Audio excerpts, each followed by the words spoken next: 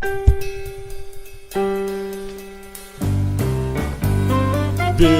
games. Talking about video games. Yeah.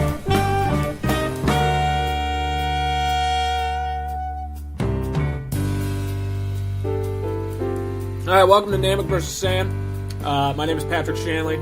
I am an editor for The Hollywood Reporter. I like talking about video games. I'm a lot better at talking about them than I am at playing them, which is sad. I write a lot about video games, obviously. I like to talk about comic books. I like comic book movies. I like pretty much anything where things explode on screen. And joining me is my co-host, Edmund Arnold. Edmund, you want to introduce yourself? Hey, how you guys doing? My name's Edmund Arnold. I don't write about video games. I'm not an editor for The Hollywood Reporter. I just play a lot of video games, and I consider myself an expert because I haven't had sex in 6 years. So, I play a lot, love comic books. I love comic book movies. Pat and I have been friends for a long time. True. And we just want to talk about video games and to give a forum to other people to express their opinions. Yeah, you know, that's what the internet's about, Eddie. It's about connecting people. It's mostly about yelling at people and using a lot of racial epithets, but the other part of the internet is connecting us. And that's the great thing about the internet is especially getting launched racial epithets at. It's just one of my favorite things in the world, especially when I'm on Twitter and I'm making a great opinion of myself. Yeah, and people just come at me. You know, it's amazing. I love it. I love it. It's hard to be the internet. Yeah, it's hard to be a black guy on the internet. Everywhere else, it's totally easy, but on the internet, it's hard to be a black guy. On the internet, yes, very hard, especially if you sound white like myself. Yeah. It's a place of confusion and a place of constant turmoil. So it's a lot like the Wild West in more ways than one. I agree with that. All right. As much as I'd like to talk about racism on the internet, and that topic could take up a lot of time, we should probably talk about video games in some way. And this week was a big week for video games because Far Cry 5 was officially announced and the trailer was released by Ubisoft. Oh my god. What? Oh my god. Yeah, it was exciting. I was lucky enough to go to some press event because I'm a very important person, where I got to talk to the game's director, Dan Hay. Dan Hay worked on other Far Cries. He worked on Far Cry 3, and I believe he worked on Far Cry 4 as well. If I'm wrong, I'm sure somebody will yell at me, so that'll be fun. Anyway, he gave a whole bunch of insight on the game. The game is different than the past ones because they're moving to America for the first time in a series that has been around for over a decade. Almost two. When was the first Far Cry? Like 2002? Yeah, it was a while ago. Yeah. I was a fresh little child playing Far Cry. Wide-eyed, bushy-tailed? Yeah. Why were you allowed to play Far Cry when you were a kid? That is an adult game. I was allowed to play anything. It's rated M, Eddie. Eddie. Raised by an alcoholic father, and his bar is next to a video game store. You can basically buy whatever you want. That's the dream. So I was very lucky as a child. So, yeah, the first Far Cry came out in 2004. Okay, good. I'm glad somebody's doing research. Junior high. Okay. So, yeah, it has been a while since this series has finally moved stateside. And, as predicted by everything else that's ever happened on the internet, people were not happy about the move stateside. Some people were. Yeah, but there was some outrage. Man, white people are sensitive. When did this happen? We've always been sensitive. I don't think so. About like 10 years ago, you could call a white person literally anything, and you could get away with it. But now you can't call them a hillbilly or a redneck. Yeah. It's insane. But yeah, I haven't seen outrage like this over a video game in quite a long time. I mean, you see your little pockets of outrage over things like I think Overwatch gave Diva a police skin. People weren't happy over that. That was the most ridiculous thing. Oh my gosh. It's just one of those things where gamers just want to get really angry about stupid shit. Yeah, surprising. Yeah, very surprising. We get angry about everything.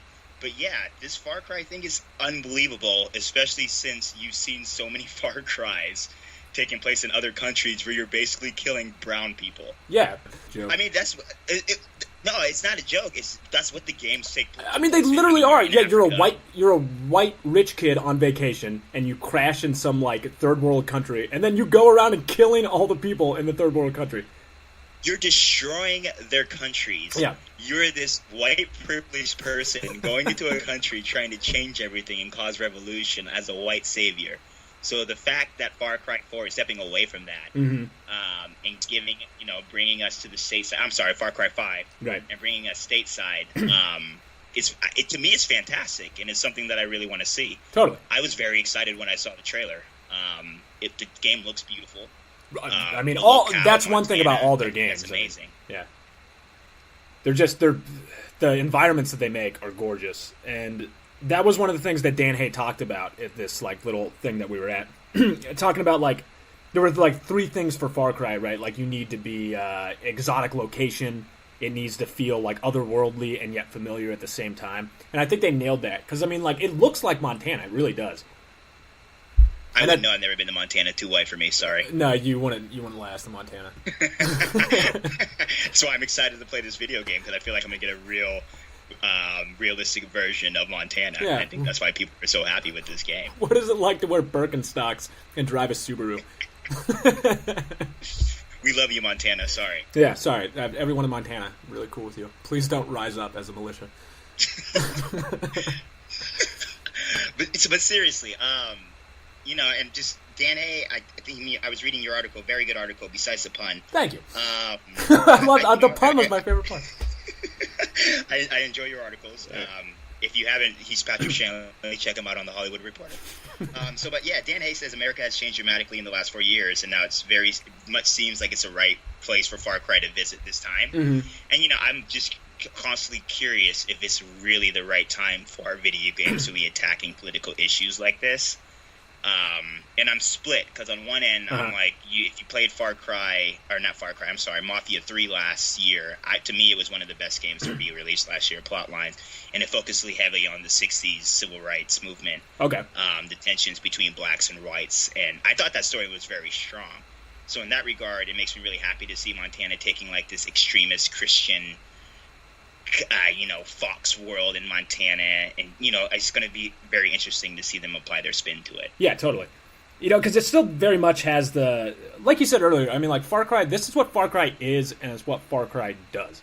You go to a weird place, ruled by, some eccentric, scary ruler, and then you go in and try and, help, like you said, normally you're a white savior, but you try and bring up, these people to rise up against, this scary new force. And that's what's happening in this game. Yes. And it's different because now it's in America, and it's because it's something that's, I wouldn't say it's, rampant, it's not like we're seeing militias rise up all over the place, at least I'm not, but right. It is a thing that, does exist, or are these people there, and so I don't see a problem with it. I understand why there's an outrage on it. After 4 games in other countries, why not bring it stateside and let something like this happen? Yeah, and this plot line around it is he's a crazy priest. Right. I mean, it's not anything that's kind of believable. I mean, we may see these things in some remote areas. I don't know. Right. But it's something that's so far-fetched that it's going to give us a great story no matter what. And, I mean, you touched on it earlier. Far Cry gives us great villains. Right, absolutely. And when you're investing 20 and 30 hours into these video games, you really need to be invested in taking down these villains. And, I mean, we can talk about how great Voss was. Michael Mando's performance was absolutely amazing in that video game. I mean, God, I played it start to finish and just could not get enough of him. I wish we could get a spin-off game with just his character. First off, Michael Mando should be in everything that's ever made by anybody. Do you watch Better Call Saul and how amazing he is in the small amount of scenes that he's in on that show? Oh, I mean, right. I love him in Orphan Black, one of my favorite shows. I think he brings an absolute dynamic performance to that show. Yeah. And without him in that show, I think the first 2 seasons wouldn't have been as strong as they were. And yes, Better Call Saul as well. I love that guy. I want to see him in more stuff. Me too. But I mean, again, this is just, there's such a crossover now between Hollywood and video games. But you get these people who are legitimate actors. He's a real actor, and it infuses all that into this game in Far Cry 3. This is a game from years, it's 5 years old, 4 years old, and even back then it was starting. And now you see even more so, all these names that are coming to video games. Norman Reedus is doing a video game, Mads Mikkelsen is doing a video game. And you got these big names, these real actors doing it. And it's like you said, you live in this world. It's not like when I'm watching a movie. I am a part of Far Cry. I walk around in that world. I better have an engaging villain to challenge me when I'm in it. Yeah, and I want to hate him. Yeah, really thank you. Yes. And Voss, Far Cry 3. You have Pagan Min, Troy Baker. Who's amazing in everything that he's in. Right. Again, and just another phenomenal actor. I mean, those are great villains. And then you have this guy in Montana, the father, Joseph Seed, who's leading this cult called Eden's Gate. And Far Cry delivers on villains. I'm excited, man. I'm really excited. We haven't had a Far Cry game in 4 years. Right. Usually we have a 2-year window around these games, but we've had some time to really let that Far Cry 4 kind of die off, and then Far Cry Primal, but I don't really count that because that was shit. But, I'm really excited about Far Cry 5. We're gonna get a strong story. Right. So. You had mentioned this to me, actually. You were the first person to tell me, which is hilarious because I probably should have done better research, that you get to choose your gender and you get to choose your race as your protagonist this time, which you have not been able to do in the last couple Far Cries. And also seems to be like a thing that's happening more in video games. Like even in like Grand Theft Auto 5, like you didn't get to choose, but you had like a diverse like group of people, which is... It wasn't just my favorite part because of how like different the characters were, but that you get to go like jump in between them and get to see like the same world through different eyes. Like it's a really cool thing to be able to do.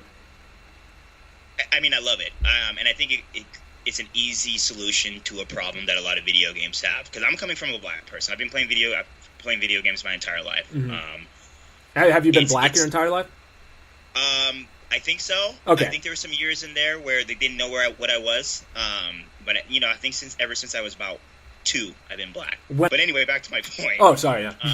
I think it's an easy solution to a problem that we really have, and that's that there's not a lot of black protagonists. There's not a lot of Asian protagonists. There's not a lot of Latino protagonists. A lot of times we're playing as a white person, a white male. Right. And I, for one, stand on my opinion is that if I'm playing a stealth game or if I'm playing any type of action game, I want to be playing as a female protagonist because the animations behind a female killing anyone in a stealth video game are always amazing. Right. Look at Assassin's Creed. Look at Lara Croft. I mean, it's always amazing. So, but yeah, I think it's an easy solution to a problem. You're able to create your protagonist. You hire a voice actor that has an ambiguous voice, and right. There you go. You can be black throughout the story. I think Mass Effect captured that perfectly. Absolutely. You can choose a woman, you can choose a man, and you can play whatever type of experience you want to make it for yourself.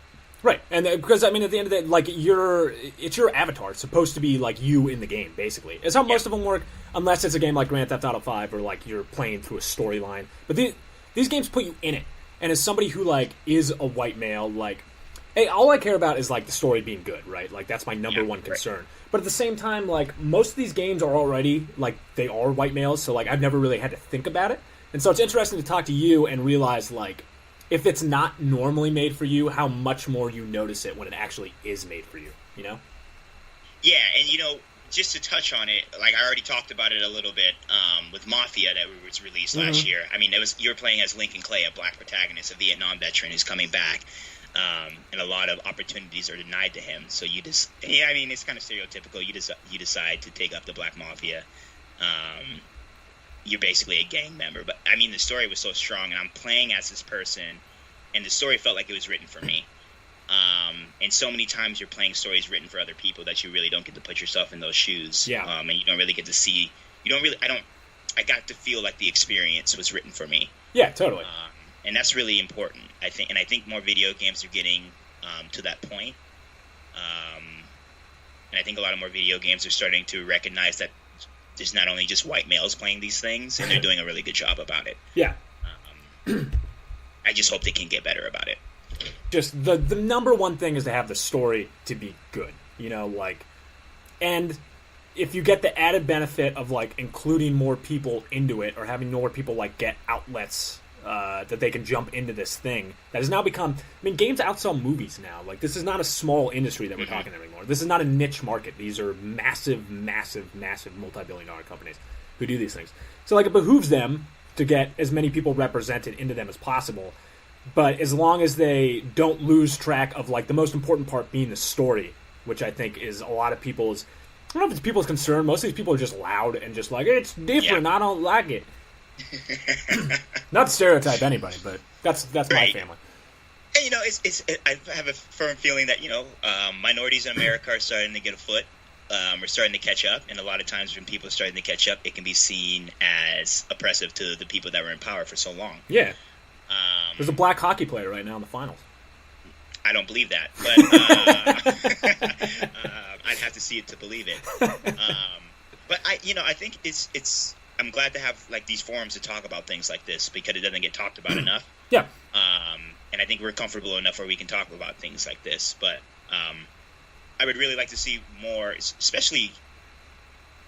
I want to play as an Asian male that's not a kung fu game. That would be awesome. That would be awesome. And I would like to play as a black male who is not in the ghetto trying to get out. Right. That would be awesome. And you touched on Grand Theft Auto before. Grand Theft Auto does a really good job of portraying people in different avenues of their lives across different cultures and different barriers. And I really think we should applaud Rockstar and their writers for that.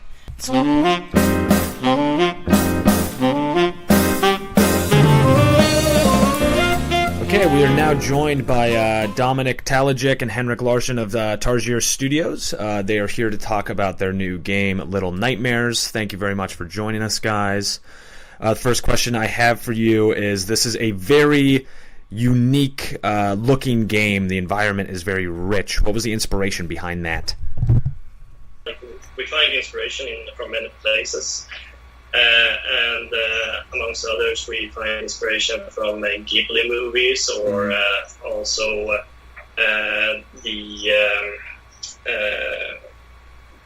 what's it called? The City of Lost Children, amongst others. My partner had mentioned that it looks sort of like Pixar, like a dark Pixar. Did you watch anything like that? I mean, Ghibli has an influence on Pixar as well, but did you watch any type of Pixar movie? I don't think we look specifically at Pixar, but I myself like to kind of see it as like our dark take on Little Big Planet. I like that. Yeah. It's built around the years of working on children-friendly games. I'm now getting the chance to do something not so friendly. Speaking of Little Big Planet, because this has that similar 2D scrolling type of gameplay to it, was it helpful having already done Little Big Planet before doing this game? Oh, definitely. A lot of reviewers mention the comparison towards Limbo, but the main inspiration actually came from having worked on Little Big Planet, which is also a physics-driven platform game with grab mechanics. So we got a lot of help from having that experience, and a lot of learnings on how to work with physics. Gotcha. So, yeah. When designing the game, I think you mentioned just a second ago that it was sort of geared toward children, like a darker game geared towards children. So was it always the idea to have the protagonist be a child in the game? Yes, definitely. So since the get-go, we started off with the idea of the concept of being small in a world that is much larger than yourself and more dangerous, using those words instead of little and big. And part of this was also because we wanted to do this thing, find a way to reskin platforming and challenges based upon that it was hard to reach certain things, and also to use furniture more as a part of the things you use to find a way, rather than instead of having a ladder, you have a bookshelf to climb, right. and those sort of things. With Little Nightmares, especially compared to the studio's past work, it's a much smaller game. It's a little bit shorter. It's more. You can really do it in one sit down, which is nice. It's an easily digestible game. What was the decision behind that? Instead of making some big epic game again, the decision to go a little bit smaller in this one. Well, it was a lot because it was our first from the beginning to the end our own game, and it was a big challenge to us to make, and we always said like we had initially wanted to make it longer, but we always said it's better that we focus on making the content that we do good rather than try to bloat it with meaningless extras. So we just wanted quality before quantity. Well, I guess speaking. Yeah, I think it's kind of like. Yeah, we really want them to feel like they wanted a little bit more than it was kind of sick and tired of it at the end. Right. So I think we were playing a little bit safe to, Well, I think... Sorry about that. You guys, you did create this world that people want to live in. I mean, it's a very unique, cool world that I enjoyed being in. Is there any plans to revisit it in the future? To possibly have another Little Nightmares game? We hope so, but time will tell. Yeah. So we obviously have many ideas of things we'd still like to explore. So hopefully, but I cannot say for certain. It all depends on the future. Gotcha. All right. My last question is a little bit of a fun one, I guess. My favorite guy in the game was the Big Butcher. He freaked me out. Did you guys have a favorite character design, level design in the game? Oh yeah, well I'd say the Butcher guy is amongst them, but in the end, I guess I actually really like Six herself. There's something about the fact that she is perceived as this innocent character, but the end, of course, reveals a different side to her. Right. I'm very intriguing. And how about you, Patrick? You got a favorite? I got a favorite. I think it's the janitor character. The way he's designed, like in the child perspective of having this kind of really scary long arm, like it's. Right. It doesn't make any sense as a character in a real world, but in here, just being that person that snatches kid, and that's why he has long arm. I think that's kind of a nice little neat aspect of his character. So. So we always try to look at the function of each character in order to kind of find what's the essence of this character, and then picking that essence to exaggerate. In his case, he needs to be efficient in his picking of children. So he is that, yeah. All right, well, thank you so much, you guys. I appreciate it. Thank you. Thanks for looking at it. Have a good night. Good night. So let's talk about Little Nightmares, a game that, full disclosure, I have not played. I have done some research on it. I've watched it. It looks amazing. I think you nailed it when you said what it's like. It is like a dark Pixar movie, and it is dark. I don't know if when you're playing the game it feels as dark as it looks, but it is creepy. Like, the character designs are creepy, the level designs are creepy, and it, again, like that visceral feeling where it just kind of like puts me on ease just looking at it. Where do I start with Little Nightmares? First, the developers, Tarsier Studios. I believe they're an independent studio out of Sweden, I believe. I could be wrong. I think it's Germany, but... Germany? Okay. It's not America, and that's the... All right. That's what I know. It is in one of those beautiful countries that are making a lot of good video games right now. We can talk about Europe in a minute. Not in a minute, but in a later podcast. But, man, they are producing some beautiful video games right now. Oh. But back to Little Nightmares. So it's kind of like a 2D lightish platformer, a horror puzzle platformer, which is kind of crazy within itself. I don't know how these guys pulled this off, to be honest with you. And like you said, it's disturbing as hell. Right. I'm sitting here playing this game. There's no music in this game, besides these big moments where you're being chased or something like that. Right. I'm having a hard time completing it. Full disclosure, I hate horror video games. I hate everything about the horror genre within itself. But I'm a big fan of these 2D platformer games that are getting big right now. I loved Limbo, loved Inside. Oh my god. So I thought I'd give Little Nightmares a shot. And man, it's unlike anything I played in my life. You're playing as a little girl. Her name is Six.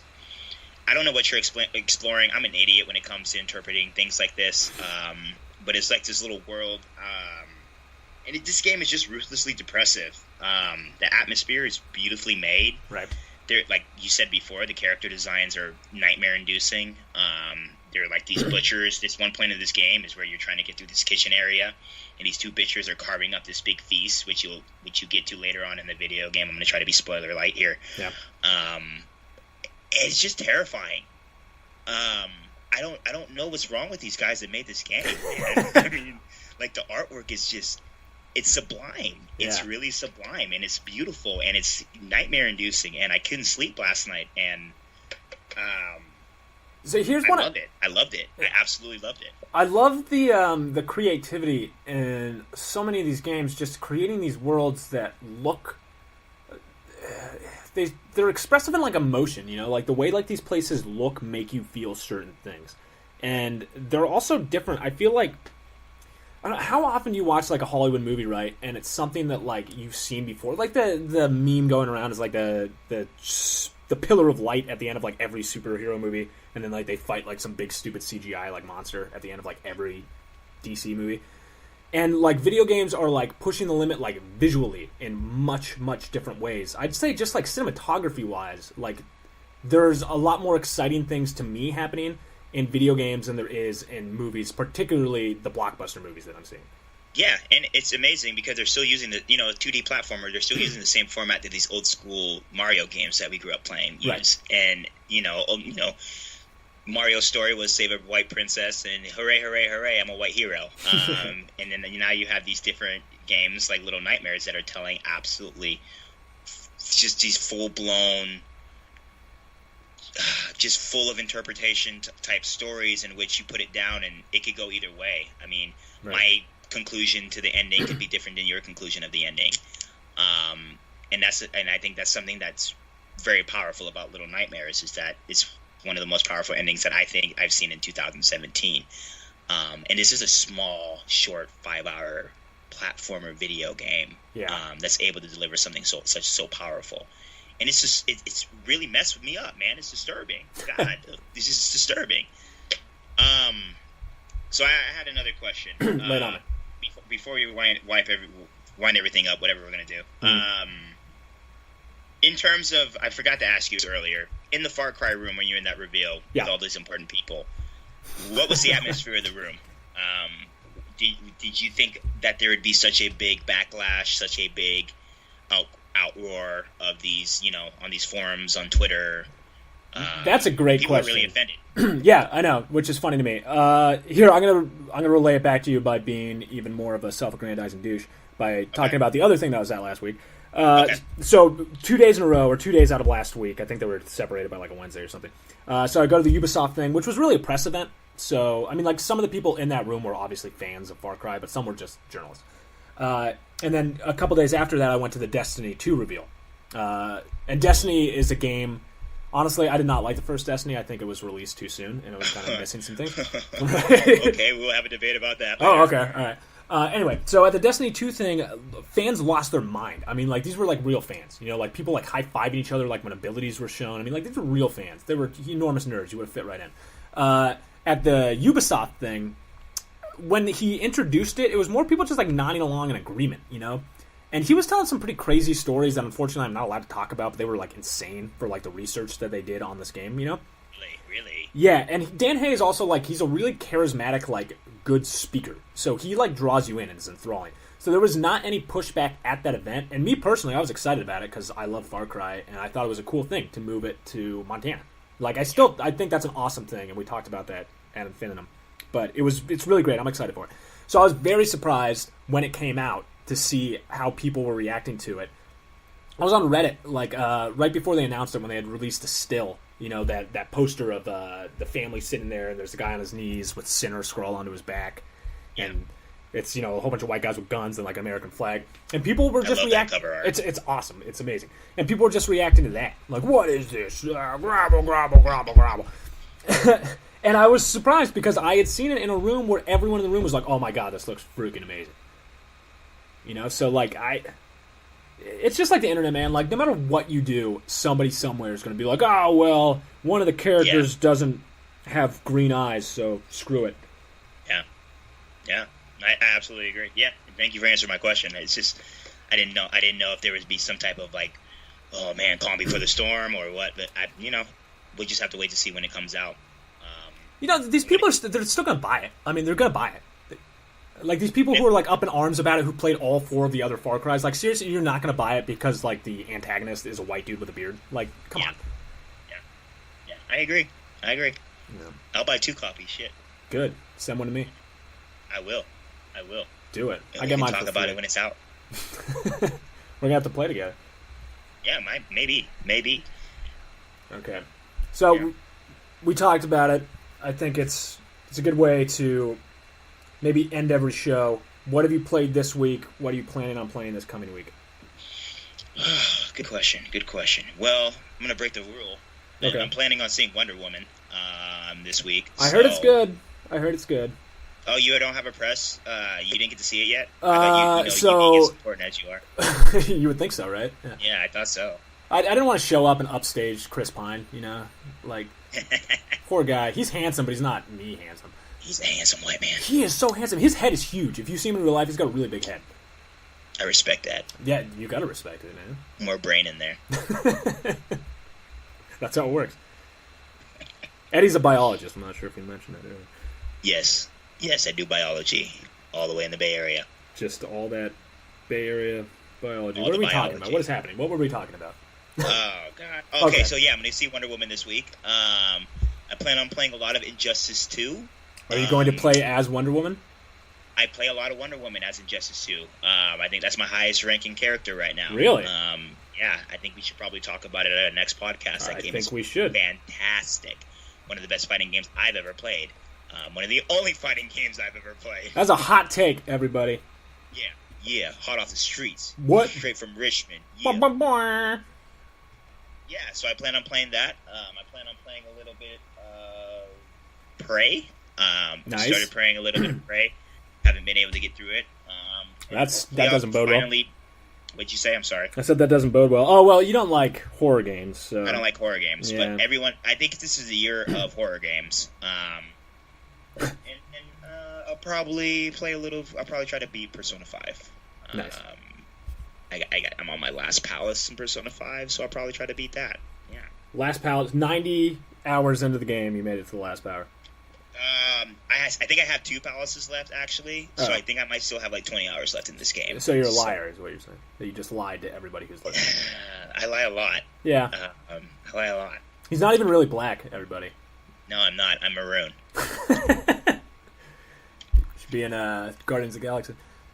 So what are you playing, cool guy in Hollywood? Do they let you play video games out there in Southern California? What's going on? No, the police show up. When I can sneak it in, when my girlfriend's not home. I just finished Final Fantasy X because I like to keep up with the current games. Okay. I bought the new... And see, my games are so lame. I bought the new basketball game, the NBA 2K, because my brother plays it. And because the finals are up... Do you do this with sports games? I don't know if you play sports games. But I only play them during the regular season or the playoffs of that sport. Like, I'm not going to play Madden in June, you know? I'll play Madden in September and, like, October. And I'll get my ass kicked by a 14-year-old who calls me every bad word in the world. I don't do that because I stopped playing sports games around the time that I stopped having sex. I don't know if that's a correlation or not. So you never played sports games, is what you're saying? Oh, I love I love sports games until EA started to monopolize their football video games, but we can get into that later. That's an entire other show. Let's table that because I have a lot of sorry, sore subject. I know it's like a 10-year-old subject, but hot take grinds my gears. But yeah, I don't have any take on it. I don't play sports games that much anymore. Sorry, man. Gotcha. I have been playing Watch Dogs 2, which is not the newest game, but I have been playing that. You are dated, my friend. And no, right? Like, you think I should be more up to date if I'm going to be talking about video games. You should, especially if you're working for the Hollywood Reporter writing about video games. You should probably play something from the last 3 months, in my opinion. 3 months? See, it's too fast of an industry for me. I need you to paint this picture and tell me what I'm doing. Okay, all right. I can help you do that. All right, well, that's what I rely on you for. I can help you do that.